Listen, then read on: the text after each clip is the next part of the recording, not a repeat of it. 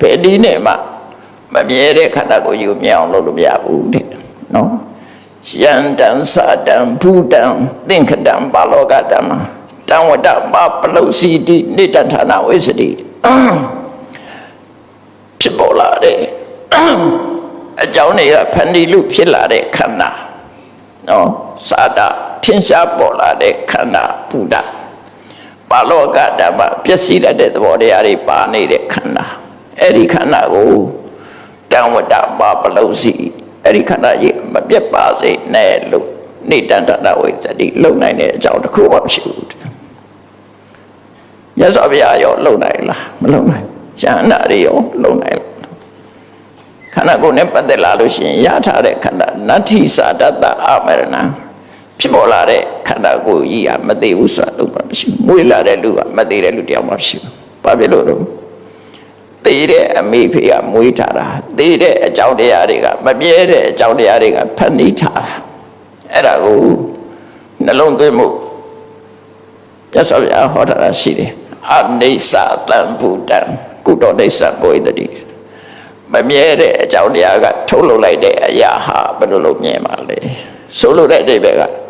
သိတတ်တဲ့အမိဖေကမွေးထားတဲ့လူတယောက်ဟာဘယ်မှမသိပဲရှိမလဲဒီလိုဆိုလိုတယ်ကိုယ်ကိုဖြစ်စေတဲ့အကြောင်းတရားထုတ်လုပ်တဲ့အကြောင်းတရားကမှပျက်စီးတတ်တာကိုယ်အပဲမှမပျက်စီးပဲရှိမလဲသိကြပါ့ပဲနော်ဒါကြောင့်မို့လောကကြီးမှာဘယ်ဟာမှမသိကြဘူးသိကြတာတစ်ခုပဲရှိတယ်ဘာလို့သိခြင်းတရားနော်သိခြင်းတရားတစ်ခုပဲသိကြတယ်လို့အဲ့တော့မြတ်စွာဘုရားကအဲ့ဒါလို့မရှိဘူးဆိုတော့ဘုန်းကြီးတို့ဘာလုပ်ပြီးတော့မမြဲတဲ့သဘာဝတရားကိုပြောင်းလဲပြစ်လို့မရဘူးဆိုရင်မလုပ်နဲ့မမြဲတာကြီးကိုပြောင်းလဲပြစ်လို့မရဘူးဆိုရင်မလုပ်ရလဲဒီတိုင်းပဲလက်ပြောက်ပြီးတော့ရှုပ်ပေးရမှာလား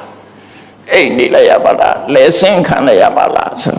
မဟုတ်ဘူးမြတ်စွာဘုရားပေးထားတဲ့လမ်းလေးကိုကြည်ထားနော်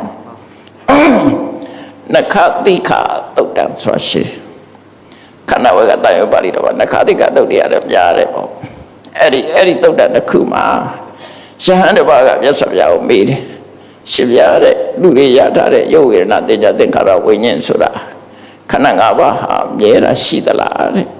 မြဲတဲ့ရုပ်ဝေဒနာသင်္ကြန်သင်္ခါရဆိုတာရှိလားတဲ့မြတ်စွာဘုရားမေးတော့မြတ်စွာဘုရားမရှိဘူးတဲ့မရှိဘူးလို့ပြောပြီးတော့သိကြအောင်ဘယ်လိုပြောတော့ဆိုမြတ်စွာဘုရားလည်းတပြည့်အောင်ထိုင်နေတာအနန္နာကမြုံမုံလေးဖုံလေးကိုလက်သက်ခွန်အသက်ထိပ်ပေါ်တင်ပြီးတော့ကြည့်တယ်ဟုတ်တယ်ငါလက်သက်ကောင်မှာမြုံမုံလေးကိုကြည့်အဲ့ဒါလေးတင်ပြီးတော့လောကကြီးမှာတဲ့မြဲတဲ့ဆိုတဲ့အရာဟာငါလက်သက်ကောင်မှာရှိတဲ့မြုံမုံလောက်တော့မရှိဘူးဒါတော့ဖဲဖြစ်ဖြစ်ပဲဟာမမြဲဘူးဆိုလိုတာသဗ္ဗေသင်္ခါရအိဋ္ဌာပဲအကြောင်းတရားကြောင့်ဖြစ်ပေါ်လာတဲ့သင်္ခါရတရားမှတရားလုံးဝမမြဲဘူးဘယ်အမှမြဲအောင်လုပ်လို့လည်းမရပြောင်းလဲပြစ်လို့မမြဲအောင်မမြဲတဲ့အရာကိုမြဲအောင်လုပ်ရမယ်ဆိုရင်လုပ်လို့မရဘူးနော်လုံးဝမမြဲဘူးတဲ့အဲ့တော့လုံးဝမမြဲဘူးဆိုတော့ဘာလုပ်ရမလဲအဲ့ဒီမမြဲလို့မြတ်စွာဘုရားကပြောတာမမြဲလို့ဘာလုပ်ရမလဲဆိုရင်မမြဲတာချောင်းဗြဟ္မစရိယမြတ်သောအကျင့်ကိုကျင့်ဖို့ပဲရှိတယ်အဲ့ဒါမြဲအောင်လုပ်တာမဟုတ်ဘူးမမြဲတဲ့အရာတွေမရအောင်လုပ်ရမယ်နိလန်ကဒါပဲရှိတယ်နော်ကိုရထားတာကရုပ်ဝေဒနာသင်္ညာသင်္ခါရဝိညာဉ်ဆိုခန္ဓာကိုရထားတာအဲ့ဒီခန္ဓာ၅ပါးတွေကမြဲတာဆိုတာမြို့မုံလောက်တော့မရှိဘူးမရှိသည့်အတွက်ကြောင့်မြဲတာမမြဲတဲ့ခန္ဓာကိုမြဲအောင်ပြောင်းလို့မရဘူးလားဆိုမရဘူး